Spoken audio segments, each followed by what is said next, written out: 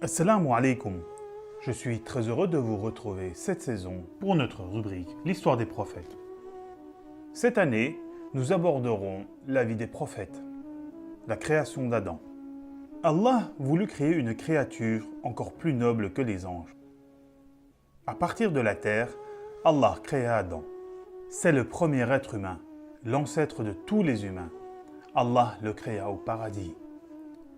Par la suite, pour montrer la grandeur d'Adam, Allah ordonna à tous les anges de se prosterner devant Adam. Tous les anges obéirent à Allah et se prosternèrent devant Adam, sauf le diable. Il pensait être le meilleur. Il disait « Moi je suis créé à partir du feu, alors qu'Adam est créé à partir de la terre qui sent mauvais. Je suis donc meilleur que lui. » Allah se mit en colère contre le diable. Il le jeta du paradis. Mais avant de sortir, le diable demanda une faveur à Allah. « Accorde-moi un délai pour te montrer que je suis meilleur qu'Adam. » Ainsi, le diable veut que nous fassions des péchés pour démontrer à Allah qu'il est meilleur qu'Adam et ses enfants, les humains.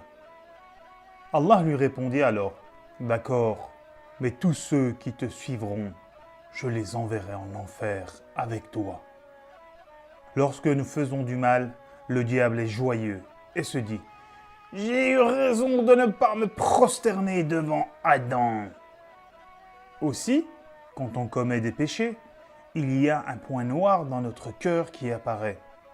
Plus on fait des péchés, plus ce point grandit. Quand il devient trop grand, on souffre au fond de nous et au jour du jugement dernier, Allah nous jettera en enfer. Quand on fait un péché, il faut vite demander pardon à Allah car il pardonne tous les péchés. Lorsqu'on fait du mal à une personne, il faut aller vers elle et lui demander pardon. Allah sait tout ce que l'on pense et voit tout ce que l'on fait. Adam vivait tranquillement au paradis, qui est un lieu dans lequel on obtient tout ce que l'on veut, sans aucun effort. Allah créa Ève, la femme d'Adam, au paradis. C'est la première femme de l'humanité. Allah leur dit « Profitez du paradis, mais prenez garde à ne pas toucher à cet arbre. » Le diable fut très jaloux qu'Adam et Ève soient heureux au paradis. Il essaya alors de trouver une ruse pour qu'Allah se fâche contre eux et pour qu'ils soient eux aussi jetés du paradis. La ruse du diable. Le paradis est gardé par un ange qui se nomme Ridwan. Le diable a peur de lui, car à cause de Ridwan, il ne peut pas entrer au paradis. Pour pénétrer dans ce lieu magnifique et rencontrer Adam et Ève, le diable trouva une idée. En effet, il y avait un serpent qui entrait au paradis. Jadis, les serpents avaient des pattes et ils étaient très beaux. Le diable demanda au serpent « Est-ce que tu peux me faire entrer au paradis ?» Le serpent accepta. Il ouvrit la gueule et le diable s'y cacha. Allah enlèvera la beauté du serpent car il fut l'ami du diable. Le serpent devint alors un animal laid et répugnant qui n'a plus de pattes. Comme le paradis est un lieu immense et très vaste, c'est un pan qui montra au diable le chemin qui mène à Adam et Ève. Le diable entra alors au paradis. Il était déguisé en une personne belle et gentille. Adam et Ève ne le reconnurent pas. Ce dernier leur jurait qu'il était quelqu'un de bien.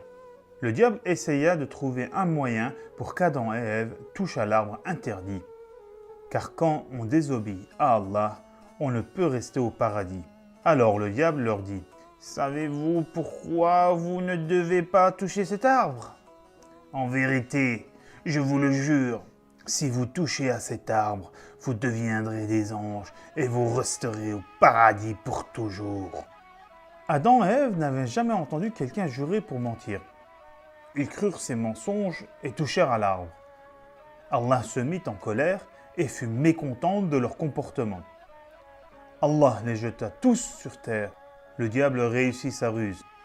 Il faut se méfier de lui car il nous fait croire qu'il veut notre bien, mais en réalité, il est jaloux et veut notre mal. Adam et Ève sur terre. Sur terre, Adam était seul et triste. Sa femme Ève était loin de lui. Il pleura pendant des années. Ils se retrouvèrent et demandèrent pardon à Allah. Par la suite, Allah leur pardonna car il pardonne tous les péchés. Sur terre, ce n'est pas comme au paradis car pour manger, il faut travailler. Sans effort, on ne récolte rien. C'est l'ange Gabriel qui apprit à Adam comment faire du pain.